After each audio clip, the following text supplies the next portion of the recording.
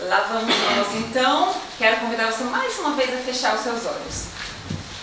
Não precisa do microfone, né? Eu vou sim. Senhor, Pai querido, obrigada pela Tua palavra que está à nossa disposição nesse momento, Pai.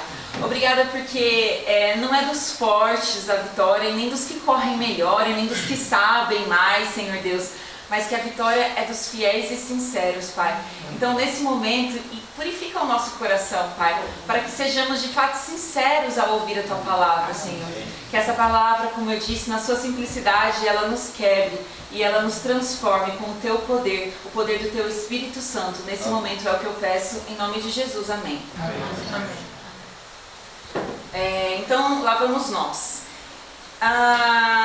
Eu queria que enquanto a gente fosse lendo, a gente fosse pensando nas promessas que estão contidas nesse salmo, ok? Então vamos lá.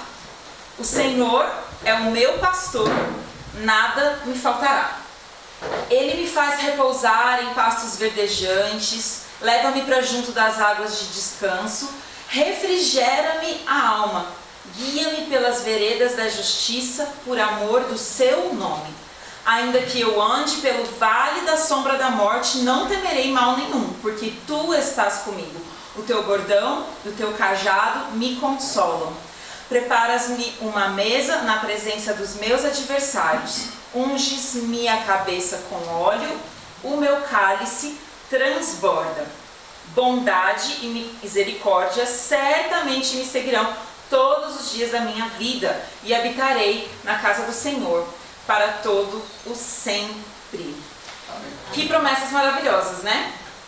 Maravilhosas todas essas promessas, assim, né? Que nós temos um pastor e que nada nos faltará, que Ele nos guia por lugares maravilhosos como esse que a gente está olhando aqui, né? Dá para imaginar as ovelhinhas ali no gramado já, um lugar com uma água fresca. E a gente vai vendo que é tudo assim, que bênção, é isso que o Senhor nos oferece, né? Essa proteção. E eu fui percebendo que esse salmo, ele na verdade, ele é uma descrição da jornada do cristão no momento em que ele se torna um cristão, no momento em que ele passa a fazer parte desse rebanho, né? Começa a descrever como é que vai ser a vida dele. E aí, a vida deles é só pastos verdejantes e águas tranquilas? Não, porque está dizendo aqui mesmo, né? Está dizendo, está falando que a gente vai andar no vale da sombra da morte, está falando que a gente terá inimigos, certo? Está falando que o Senhor nos corrigirá com a sua vara, com o seu cajado. Então, ele vai descrevendo a vida de fato como ela é. E não assim um mar de rosas, de pastos verdejantes todo o tempo e tranquilo, né? Só que o maravilhoso desse salmo é que é a nossa jornada até chegar aonde? Aonde que ele chega no final? Na casa do Senhor para todo sempre. Então é a vida de cada um de nós. Nós estamos aqui nessa jornada com o pastor, sendo guiados para onde? Para que no final a gente chegue na casa dele e viva lá para todo sempre. Não é isso que esse salmo está dizendo? Maravilha. Só que às vezes, e nem tanto entre a gente, mas assim, entre o mundo cristão como um todo, a gente ouve esses salmos e essas promessas que estão contidas nesse salmo, e a gente não percebe que existe uma condição para que essa jornada, da forma como ela é descrita, seja real. Entende? Que de fato seja uma promessa. Existe uma condição. Vocês já não perceberam pelas pregações aqui do pastor Jorge que as promessas são condicionais? Não é assim? Então, qual que é a condição que está implícita nessas promessas? Confiança. Confiança. Alguém mais tem algum outro pensamento?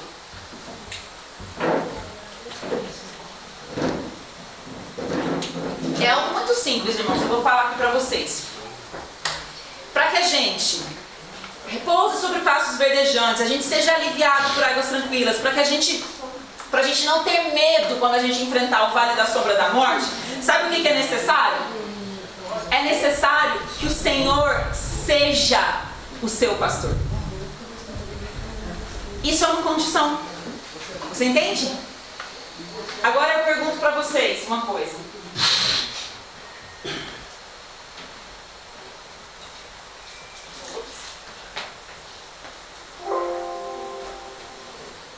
É o Senhor o seu pastor?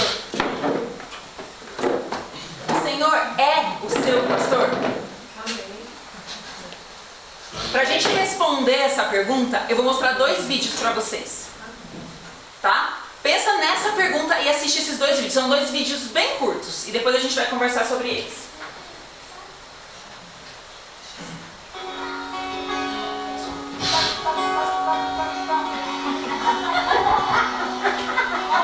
One more time.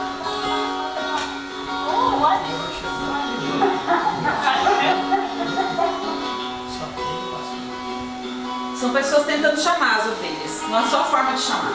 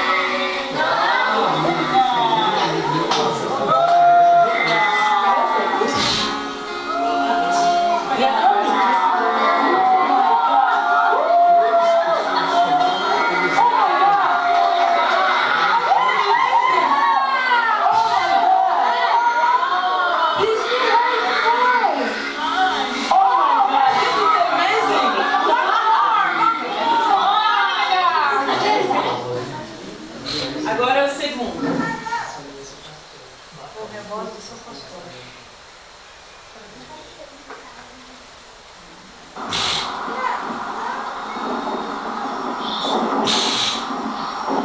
Ordem manda elas parar.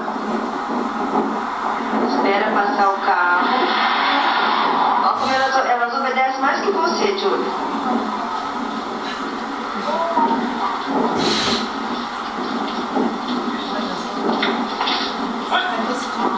Não se mexe, Júlia.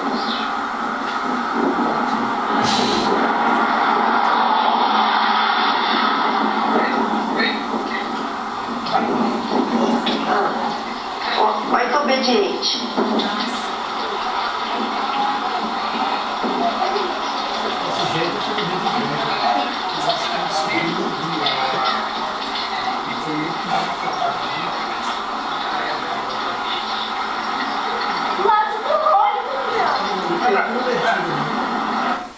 Toda vez que eu vejo esse vídeo eu dou risada dessa última que fica no final, atrasada. Eu comentei assim. Vem mancando.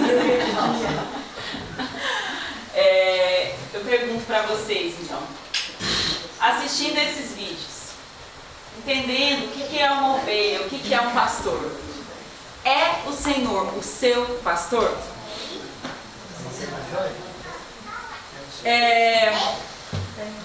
Como é que é esse seu relacionamento com ele? Você conhece a voz do pastor dessa forma? Você percebeu? Outras pessoas tentando chamar e tal, nenhuma atenção. Mas na hora que ele chama, elas reconhecem. Na mesma hora. Você também reconhece a voz do Senhor dessa forma? E no outro vídeo, né? Que ele atravessa, manda elas pararem. Elas ficam paradinhas. Aí a hora que ele manda, elas vêm. Na mesma hora elas vêm. Você obedece dessa forma? A gente quer, irmãos, que o Senhor seja o nosso pastor, mas como é difícil para nós agirmos como ovelhas, se colocar nessa posição de ovelha. Eu quero convidar você a abrir a sua Bíblia, no que está escrito em João 10, 27, nós vamos ler lá. João 10, 27, alguns de vocês eu sei que sabem esse verso de cor. Mas nós vamos ler juntos aqui, João 10, 27.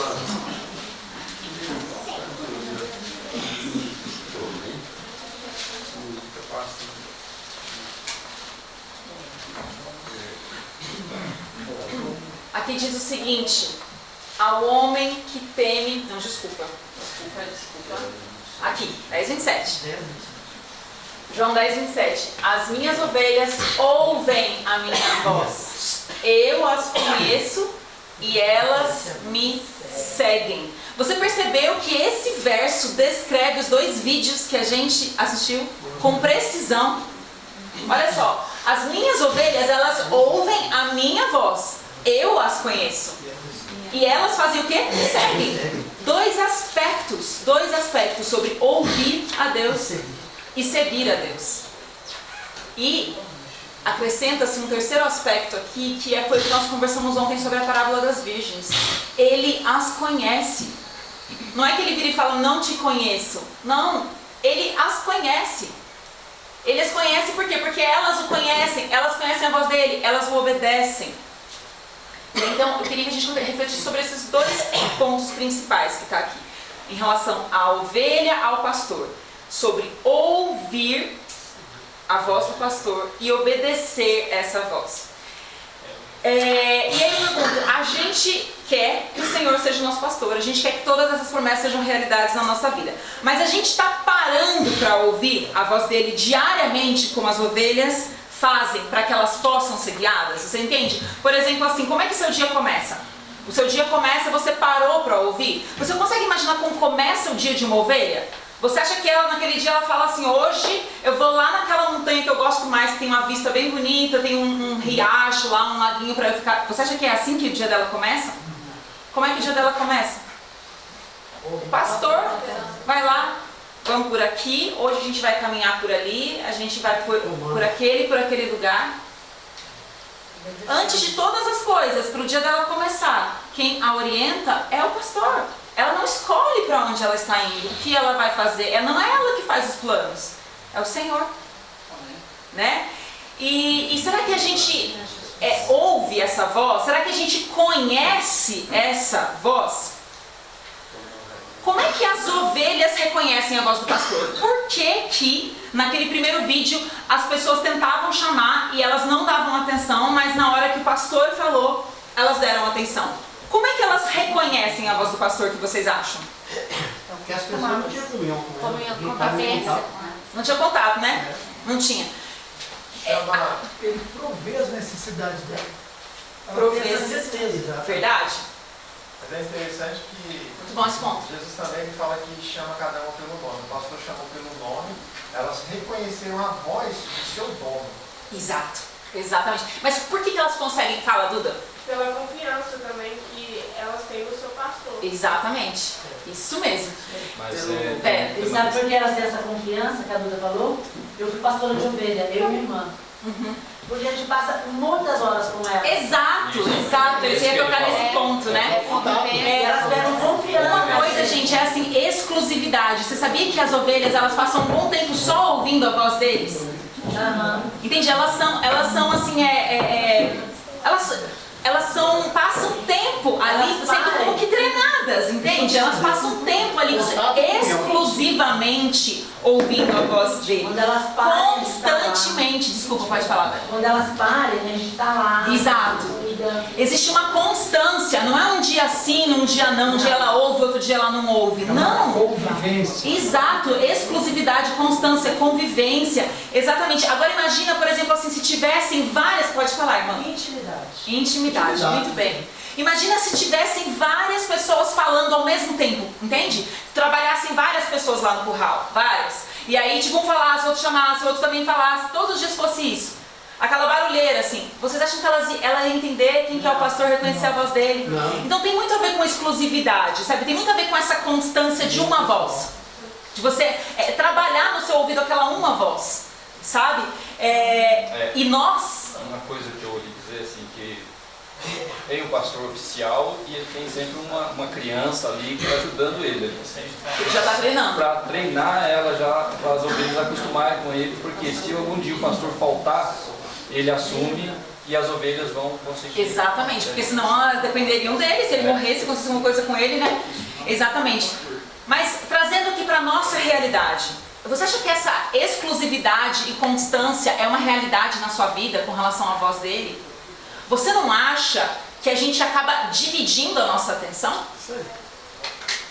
Quantas vezes a nossa atenção é exclusiva, que a gente não divide a nossa atenção? Você está conseguindo acompanhar o que eu estou querendo dizer? Porque muitas vezes a gente busca a Deus de manhã, mas será que essa atenção ali naquele momento já não está dividida? Tem que ser exclusivo. Exclusiva, exatamente aquela coisa assim, ó. Quando que a gente consegue fazer isso? Será que é na hora que o dia já começou? Que a gente já está lá no trabalho, na frente do chefe, um está demandando uma coisa, outro está demandando a outra. Será que é assim que a gente tem? Não, às vezes a gente está num culto e vem pensamentos do que a gente tem que fazer durante o dia. Quando a gente está pagando. Exatamente, exatamente. Então, assim, você consegue perceber como é necessário que não divida a sua atenção para que você aprenda a ouvir a voz do pastor? Exclusividade, constância. Outra coisa que vocês já mencionaram aqui, tempo. Tempo. Elas convivem com essa voz várias horas do dia, entendeu? Ao longo do todo o dia, né? E nós? Quanto tempo a gente está ali, né? Passando. E aí eu falo assim, mas quanto tempo você está passando exclusividade ali com o Senhor? Ah, não, mas é que você não conhece minha vida, eu não tenho tempo e tal. Assim, vamos, passa todo mundo o celular aqui que eu vou abrir naquela tela que está escrito assim, tempo de uso. Vamos ver quem que não tem tempo. Brincadeira. Vocês ficaram com medo, agora imagina se eu pegar o né? Brincadeira, mas isso é sério. Muito sério. É seríssimo. É seríssimo. Mas leva a ser ponto de julgamento. Com certeza. O Senhor vai pedir pra gente abrir o nosso tempo de uso ali. Ó. Abre pra mim, por favor. Só pra gente comprovar aqui. Deixa eu só falar uma coisa muito importante. Porque a ovelha, ela tem essa necessidade de ficar muito tempo com o pastor. E porque Deus comparou a ovelha com o seu povo. Gente, é o animal mais Indefeso. tontinho que eu já vi na minha vida. Elas são burras. Não saber qual é a casa. Nós somos burros, essa é a realidade. Sim. Olha, eu lembro de uma ovelha, a mãe e a filha. A mãe berrava olhando para cá, procurando a filha. As duas coladinhas de rabinho com rabinho. A filha gritando para cá, procurando a mãe. E a mãe gritando para cá, e ela não tinha coragem de se virar para se ver. Aí você tem que vir aí lá, ó, tá aqui. Elas são burras. Então eu acho que por isso que Deus compara a gente, nós ovelhas, nós somos muito burros. Exato. Muito dependentes. Por isso que ele exige que a gente esteja sempre na presença dele, para a gente não ser amassado pelo diabo. Sim, gente, mas assim, eu entendo o que a irmã Vera quer dizer quando eu falo que nós somos burros. A gente é criado à imagem e semelhança de Deus, né? Assim, Deus nos colocou alguma inteligência. Mas você consegue imaginar o tamanho da inteligência de Deus, da magnitude de Deus, dos universos, das galáxias? E olha pra gente. Então, tipo assim, levando em consideração a dimensão das coisas, a gente é bem burro, sim. Entende? A gente é muito pequeno, a gente é um micróbio diante da imensidão do Senhor. Então, de fato, por isso que eu escolhi esse hino. Nem todos estavam aqui, mas nós cantamos antes de começar que não é dos fortes a vitória, e nem dos que correm melhor, mas dessas simples criaturinhas, os fiéis e sinceros. É a isso que o Senhor está nos chamando. Não a que sejamos fortes, os mais capacitados, os mais vitoriosos. Não. Ele está nos comparando a simples criaturas, humildes e sinceras. E essa é a chave do negócio, irmãos. Eu vim aqui nesse retiro para falar só isso para vocês. A chave do negócio é a humildade. Ontem, quando terminei de fazer a minha mensagem aqui, o irmão aqui de Passa Quatro me pediu o sermão e estava me falando, qual que é o título do seu sermão? Aí eu falei, nem eu sei, né? Como vive aquele que aguarda o retorno do seu Senhor? Eu falei para ele. Ele falou assim, sabe, eu colocaria outro nome. Aí eu falei, que nome? Ele falou assim, humildade. Não é nada a ver. Né? Eu pensei na hora assim. Mas ele me explicou. Ele falou assim, isso aqui não funciona se a pessoa não tiver humildade. E a realidade é que nada funciona no reino de Deus se a gente não tiver essa humildade de entender que nós somos essas ovelhas. E que nós precisamos ser treinados e assim, como um rebanho de ovelha. Se a gente não utilizar os mesmos métodos, não se entender como completamente dependente do pastor, porque precisa virar a mãe para a filha como se achar, senão a gente não consegue se achar sozinho. Se a gente não entender isso, se a gente não tiver essa humildade, se a gente achar que a gente é alguma coisa, a gente não vai fazer parte desse rebanho. O Senhor não será o nosso pastor. Estamos juntos até aí? Amém. Então, o que é a voz do pastor? Né? Na prática que a gente está falando, tá bom? O que é a voz de Deus? Né? Eu conheço muitas pessoas que já ouviram, fala assim, a pessoa fala, quem falou comigo? Eu já ouvi várias histórias, inclusive de pastores. Deus falou tal e tal coisa, em voz audível. Né? E a gente vê isso na Bíblia também. Mas isso não é muito comum, não é verdade? Eu tenho certeza que alguém aqui já ouviu. Na verdade, alguém que já ouviu, não precisa levantar a mão. Mas eu nunca ouvi audível, mas eu já ouvi muitas vezes na minha cabeça, assim, com bastante clareza, igual eu contei pra vocês ontem, aquela experiência. Então, ele fala com voz audível, ele fala muitas vezes da nossa mente, né? Ele fala muito com algumas coisas através da natureza. Só da pessoa tá observando a natureza, ela já aprende. Meus amigos ali que plantam, colhem, tiram várias lições a cada dia, não é verdade?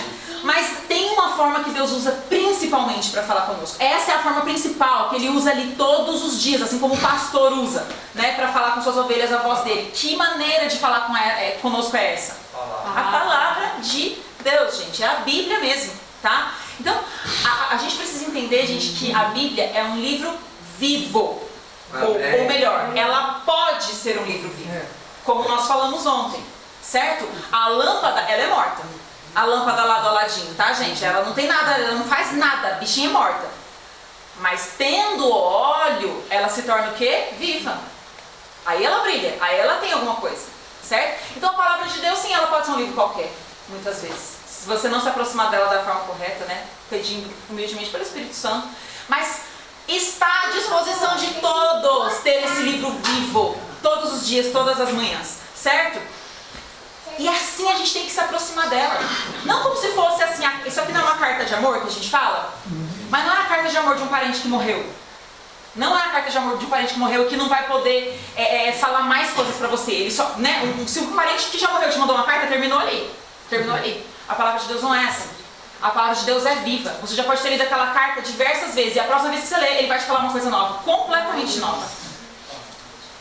Então nós temos que nos aproximar da palavra de Deus como se a palavra de Deus fosse viva, né? Ela tem uma mensagem única para cada vez que nós a abrimos. A gente tem que ir com essa intenção de extrair essa mensagem viva para cada um de nós. Porque, como vocês bem sabem, há uma diferença muito grande entre saber o que está escrito aqui, né? Porque a gente aprendeu na igreja, na escola sabatina, aqui no congresso do Dalísio. Então a gente foi aprendendo informações sobre a Bíblia e tal.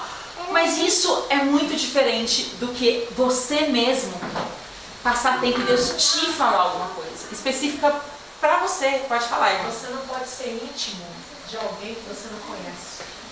Não tem como você ser íntimo de alguém que você não conhece. Exatamente. Por isso Deus deixou a palavra dele, para que a gente a cada dia o conheça mais e mais e mais ainda. Exatamente, perfeito. Então não adianta a gente conhecer os princípios que a Bíblia revela, não adianta a gente conhecer os 10 mandamentos, né, que são ali o que Deus espera de nós, e aí a gente tentar guardar esses mandamentos. Isso não é a gente conhecer a Deus, isso não é a gente conhecer a vontade de Deus. E uma coisa importante que eu não falei ontem para vocês sobre as virgens é que as virgens elas pedem o óleo da outra, certo? Ela tá sem, ela vê que uma tem, aí ela pede. E tem como eu transferir? Sua comunhão, sua espiritualidade. Exatamente, como é que eu vou transferir a minha comunhão, a relação que eu tenho através do Espírito Santo para outra pessoa? É intransferível, é individual, insubstituível e intransferível, gente. Não tem como, né? Então, o que eu costumo colocar aqui assim é que não dá pra gente terceirizar a experiência com Deus. Não dá pra terceirizar a experiência. É só você e ele. Se você não fizer, se você quiser depender de pastor, quiser depender do seu amigo que é consagrado para orar por você e tal, isso não funciona. Não funciona. E um exemplo que a gente vê na Bíblia são os próprios fariseus. Que é alguém que conhecia tudo da Bíblia? Os fariseus. Todas as informações, cada detalhe, cada chave, eles conheciam. Mas e aí, eles conheciam a Deus? Tanto não conheciam que não reconheceram Jesus. Se conhecessem a Deus, tinham reconhecido Jesus. E aí, já para contrastar na palavra de Deus, vem a história de Simeão e Ana. Simeão e Ana. Olha que beleza. Como tinham um relacionamento vivo com Deus, na hora que viram um bebê. Não é que viram os milagres de Jesus, não é que viram as pregações de Jesus. Viram um bebê e já sabiam que era o Salvador do mundo. Tinha o Espírito Santo, tinha esse relacionamento vivo. Não era amor, não era de informação, não era um relacionamento de informação, era um relacionamento vivo. Você está acompanhando? Quer falar, irmã? Você falou uma coisa interessante aí, que Jesus, por exemplo, por 2 vezes falou com os fariseus: errais não conhecendo as Escrituras e o poder de Deus. Eles até pensavam que conhecia, né? Eles liam. Isso. Ficavam informados, mas não tinham o verdadeiro conhecimento. Exato. Aí lá em João 5,30 fala, vocês examinam as escrituras, porque que julga ter a vida eterna, e são elas que escritas em mim, você sabe disso. No entanto, não quereis vir a mim para ter vida. Verso 40. Vida. É. Isso aí. Lê. No Mas último- não encontrou, então você não aprendeu nada. Não, tô arrepiada, porque esse verso fala muito comigo. Eu lembro que eu preguei sobre isso aqui no último congresso, assim. A gente quer saber tudo da Bíblia e a gente não quer ir a ele, entendeu? Assim, eu quero saber tudo, mas eu não quero me render a ele. A ele eu não quero me render, não. E ele tá falando, só que só tem vida se você vier a mim, se você se render a mim. Entrega, exato. E outra coisa, né, irmã? Acho que eu costumo falar que a cereja do bolo dessa colocação toda a gente põe em prática, né? Porque que adianta eu sabendo pôr em prática? Também. Fica... É o segundo passo, porque a gente aqui tá falando, a gente vai falar de dois aspectos. A gente vai falar do aspecto ouvir a voz de Deus, e qual que é o outro? Seguir. Obedecer, seguir. Exatamente, você está falando do segundo aspecto, é isso mesmo, né? Mas só para a gente concluir esse, agora sim eu vou projetar aqui a citação que eu queria projetar. Lá em Salmos 25:12 está dizendo o seguinte, gente: ao homem que teme o Senhor, Ele o instruirá no caminho que deve escolher. Você entende? Ontem, quem foi? Foi você, irmão, que passou a lição? Foi. O último trecho que ele leu ali do Espírito de Profecia, acho que está na lição de sexta-feira, se eu não me engano, fala assim, deixa pra mim escolher. Você lembra desse detalhe? Deus fala assim, ó, deixa que eu vou escolher pra você. Eu sei o que é melhor. Quem escolhe é a ovelha ou é o pastor? Quem que escolhe? É o pastor. Só que como é que é a nossa vida? Quem que escolhe? A gente. Quem manda é o Senhor. Dá tudo errado. Muito bem. Nós vemos isso aí, né, Mariane? Nós vemos isso aí como se fosse a entrega do nosso livre-arbítrio nas mãos do Senhor. Exato! O Senhor nos dá o livre-arbítrio como o maior presente que Ele pode nos dar. E sabe qual que é o maior presente que a gente pode dar para Ele? Devolver, Senhor, não quero, obrigada, eu entendi, tá aqui, tudo seu. Faz do jeito que o Senhor quiser, porque o Senhor é o soberano de todas as coisas, eu entendi, teu amor. Livre-arbítrio de deixar ele usar o livre-arbítrio. Exato, exatamente. Que bênção, né? Coisa maravilhosa. Então, irmãos, ó, um outro texto que eu trouxe aqui para vocês, está lá no Desejado de Todas as Nações, página 362, diz o seguinte: todos têm de ter experiência pessoal na obtenção do conhecimento da vontade divina. Precisamos ouvir individualmente sua voz a nos falar ao coração. Quando todas as outras vozes silenciam e em sossego esperamos perante Ele, o silêncio da alma torna mais distinta a voz de Deus. Ele nos manda, aquietai-vos e sabei que eu sou Deus. Agora você imagina você conseguindo ouvir a voz de Deus no meio daquele trânsito, buzina pra cá, buzina pra lá, fábrica aqui, seu filho gritando, sua mulher chamando. Irmãos, só tem um jeito a gente ter comunhão com Deus, de verdade, conhecer e ouvir a voz dele, que é isso aqui. No silêncio. E falando de forma prática com vocês, a gente está falando provavelmente de você acordar mais cedo. Que é o momento em que você não está sendo demandado. Você entende assim, falando, não é a Bíblia que falou, precisa acordar às 4 horas da manhã. Não é a Bíblia que está falando, mas você vai chegando à conclusão. Que horas que você não vai ter os outros estímulos? Que hora que as outras preocupações não vão estar na sua cabeça? Você não vai estar sendo demandado e que você vai conseguir se aquietar para distinguir o que é a voz de Deus. Certo? E ela diz que essa é uma experiência que ninguém vai poder passar sem. Ninguém vai poder passar sem. Todos têm que ter essa experiência. Maravilha? Estamos juntos até aí sobre ouvir. Vamos para o próximo passo então. Que é que o nosso irmão ali falou sobre obedecer. Sobre a gente seguir o pastor, né? Obedecer. Você já reparou assim como a gente não quer ser guiado? Como a gente quer guiar? Isso aí é pra tudo.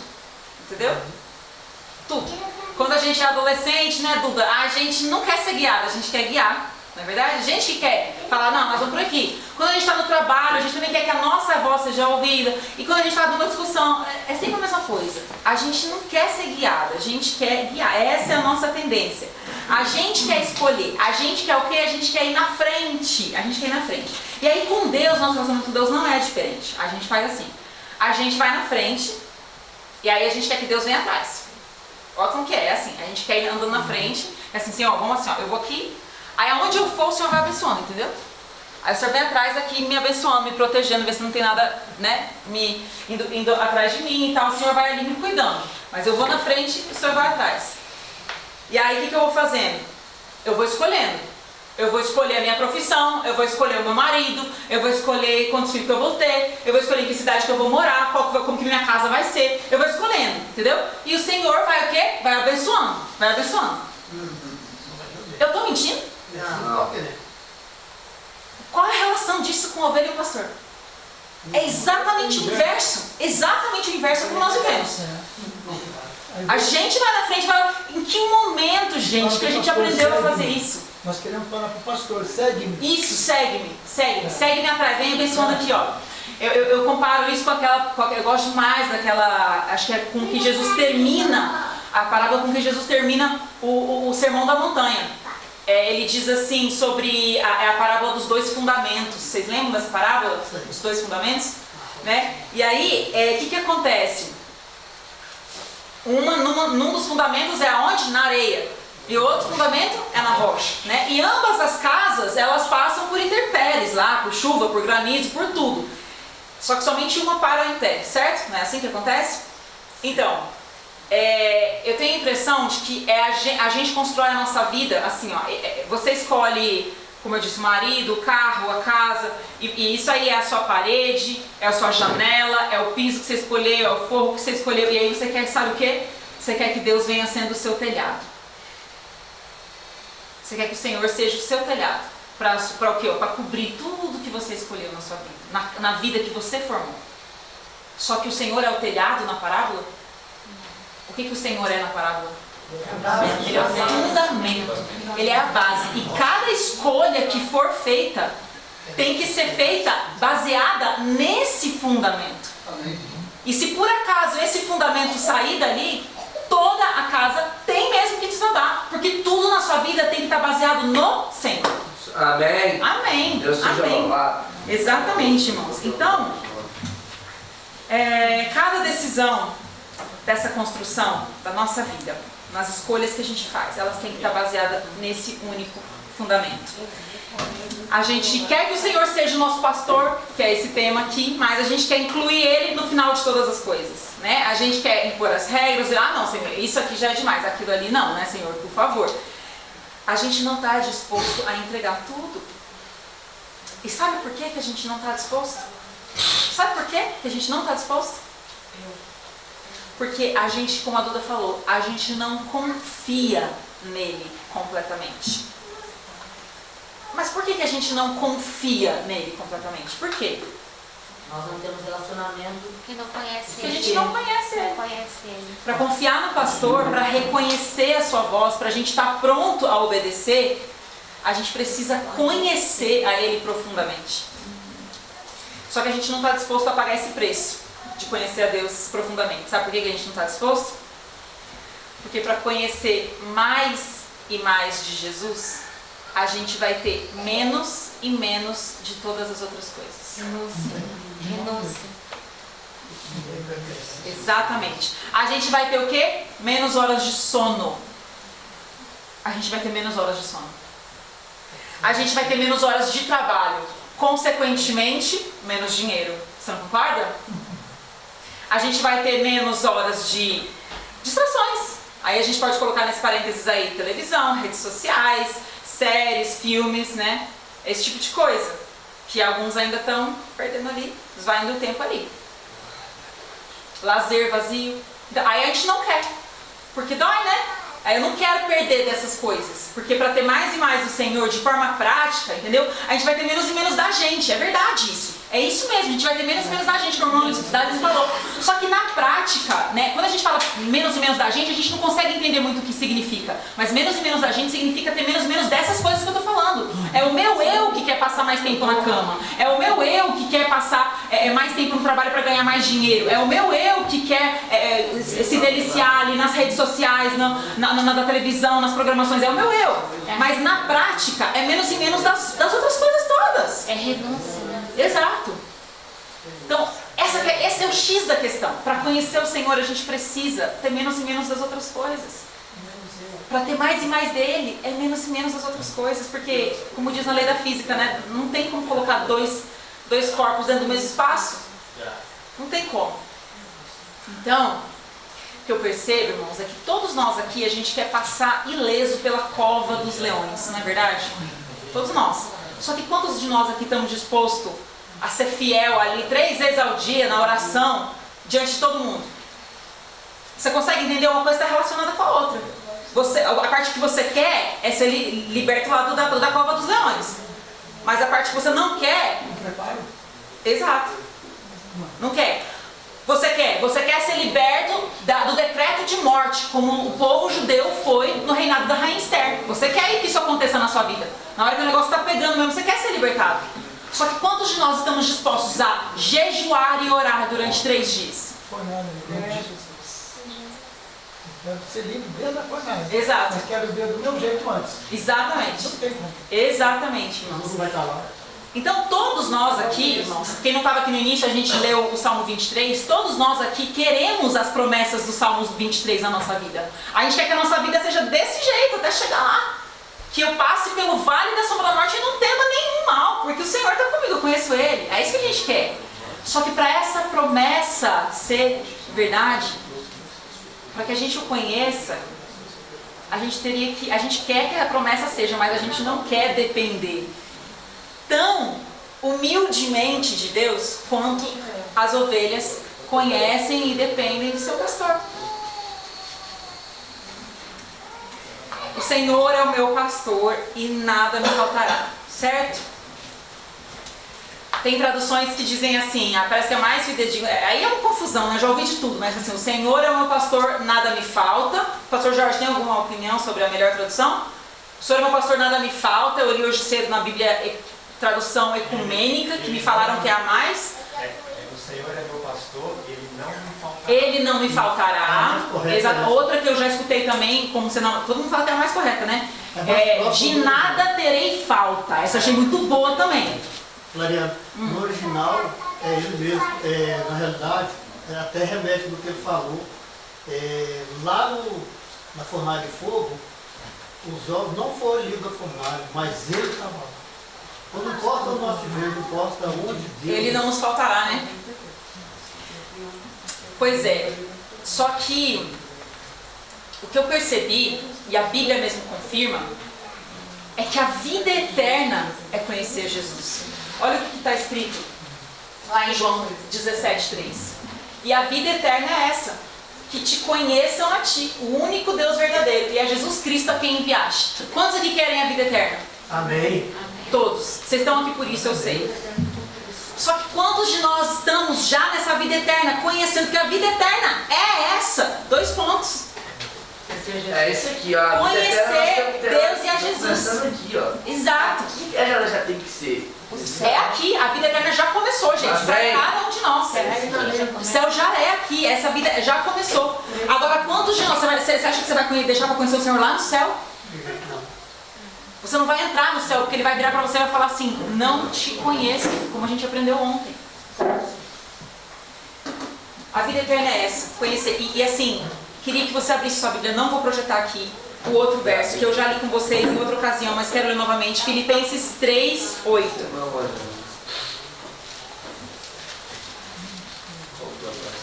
Qual é a passagem mesmo? Filipenses 3:8, a gente já vai concluir agora.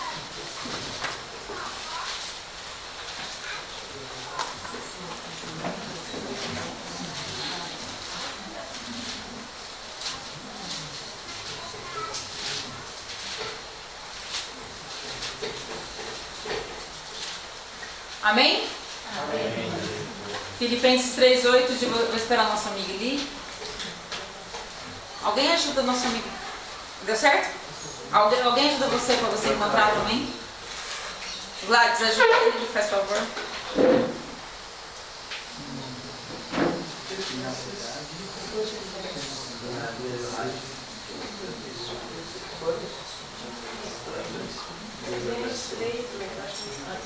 Então vamos ler, olha lá. Sim, deveras considero tudo como perda por causa da sublimidade do conhecimento de Cristo Jesus, o meu Senhor, por amor do qual perdi todas as coisas e as considero como refúgio para ganhar a Cristo.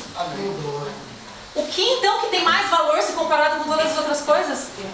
Conhecer a Cristo Jesus. É isso que Paulo está dizendo. Eu considero as outras coisas como perda se comparada com conhecer a Cristo Jesus, com a sublimidade, com a maravilhosidade que é conhecer a Cristo Jesus. Não tem escapatória, irmãos. Não finja que você está nesse caminho. A parte que dói é essa. A parte que dói muitas vezes não é estudar, conhecer, sei lá, profecias. Às vezes não dói isso. O que dói é perder mais e mais das outras coisas para ter mais e mais do Senhor. Mas sabe o que me consola no fim de tudo isso? O último verso do Salmo 23. Volta lá no Salmo 23.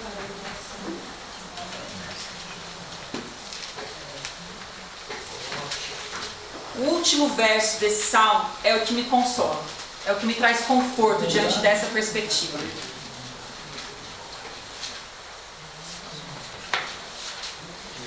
E eu, assim, sem querer, é o que eu falo, né? Às vezes a gente ali vai vivendo no decorrer da vida, a gente alimentando mais essas coisas.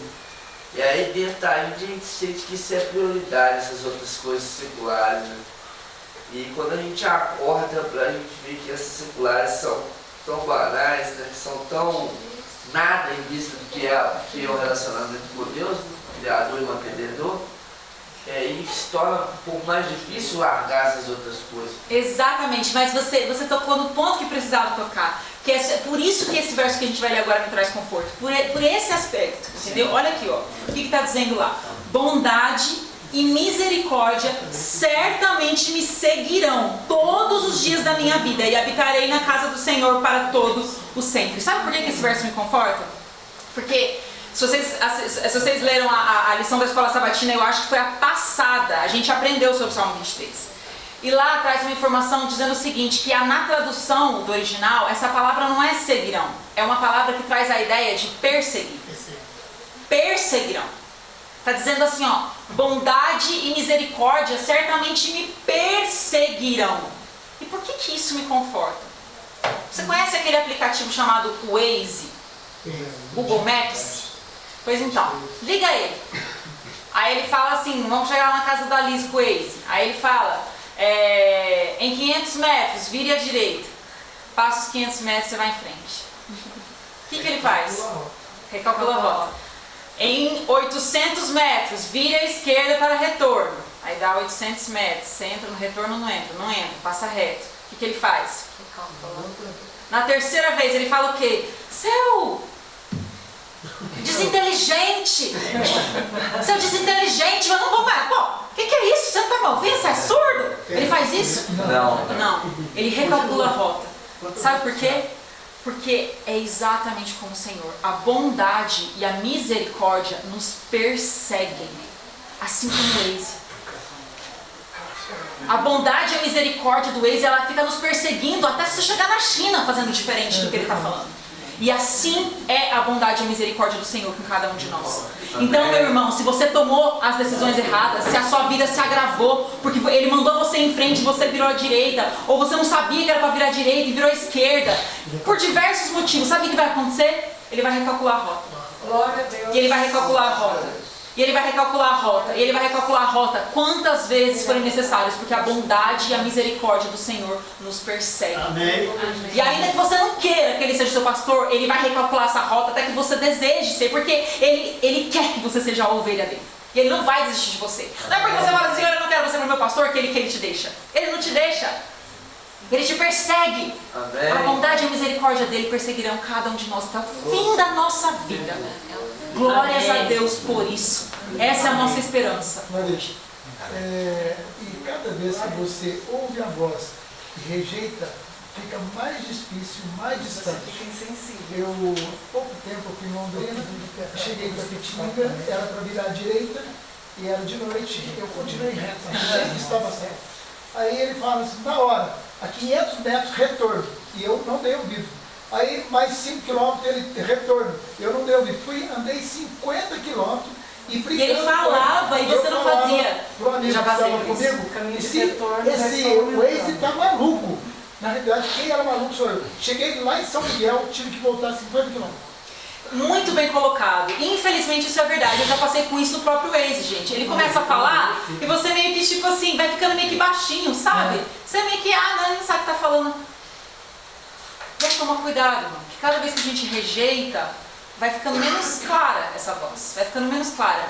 Mas ela não nos abandona. Ela não abandona. Custa mais Custa mais voltar, dói mais. O caminho vai ficando mais longo, amigo. Isso é verdade. O caminho fica mais longo, sim. Isso aí não tem como negar. Mais, né? Mas ele vai continuar falando. Exato. Deus tem o plano A, gente. Deus tem o plano A. E sabe o que Ele quer? Que você vá até Ele para perguntar que o plano A é esse, tá? Ele quer que você vá até Ele e fale assim: Senhor, com quem eu devo me casar? Senhor, o que eu devo trabalhar? Senhor, como eu posso contribuir para o Teu reino através da pessoa que eu sou? Ele quer que você pergunte, tá? Primeiramente, ok? Só que caso você não pare para entender o que Ele está te falando, siga com a sua própria vontade, o que eu estou te dizendo é que Ele vai ter o plano B. O plano C, o plano D, vão ficando mais difíceis, muito mais longe, muito mais percalços. Mas o importante, gente, não é a gente muitas vezes chegar sozinho no final, é a gente estar no caminho que o Senhor nos indicou. Então, não desistamos, irmãos, não desista. Ele nos persegue, a bondade e a misericórdia dele. Amém. Terminando, concluindo aí, Abraão, Ellen G. White fala, Patriarcas e Profetas, que ele não precisava ter chegado onde chegou do teste de sacrificar Isaac.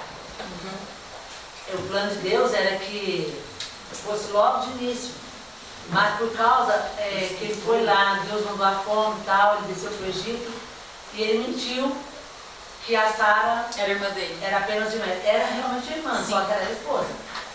E aí ele mentiu. Na segunda vez ele mentiu novamente. Sobre a mesma coisa. Então, que Ellen G. White fala que cada passa que Deus dava para ele beber de prova e ele não passava no teste, a próxima taça se tornava mais difícil e amarga. Aí, a última taça foi o Senhor pedindo que ele sacrificasse o próprio filho, que esperou 100 anos para ter, praticamente lá, né? Sim. Então, e foi uma taça muito amarga. Uma prova terrível, ele se tornou pai da fé. Mas com muito sofrimento, foi muito sofrimento para Abraão. Então ela fala que quando Deus nos coloca à prova, Ele nos dá uma taça para beber. E nós reclamamos, murmuramos, a próxima taça vai ser mais difícil, mais amarga. Ele vai recalcular a rota, como você está falando, só que vai ficando cada vez mais difícil para a gente passar no teste. A exigência vai ser maior. Então que a gente possa realmente estar atento nas provas simples, para que a gente possa ser aprovado sem esse sofrimento todo. Que seria... Amém. Amém, irmã. A gente finaliza ou... Vamos orar então, irmãos. Vamos ficar em pé. Estou devendo uma música. Eu posso cantar uma música no final da sua fala, pastor? Que eu tinha prometido para o pessoal. Deus seja louvado, então, irmãos. Pai querido, nosso Pai de amor, de bondade, de misericórdia, Pai. Essa bondade e misericórdia que nos persegue, Senhor. Obrigada, porque o Senhor não desiste de nós, mesmo nós sendo essas ovelhas rebeldes, Pai, que querem andar na sua frente, pedindo que o Senhor abençoe os nossos próprios caminhos, Pai. Tem misericórdia de nós e nos ajuda, Pai. Quebra-nos para que sejamos humildes e mansos como as ovelhas que buscam em Ti qual é a orientação para a sua própria vida, Pai. Ajuda-nos a tomarmos a decisão que precisamos tomar para aprendermos a Te conhecer, Pai, a ouvir a Tua voz e estarmos prontos a Te obedecer porque Te conhecemos, Senhor. É isso que eu te peço humildemente, em nome de Jesus. Amém. Amém. Amém.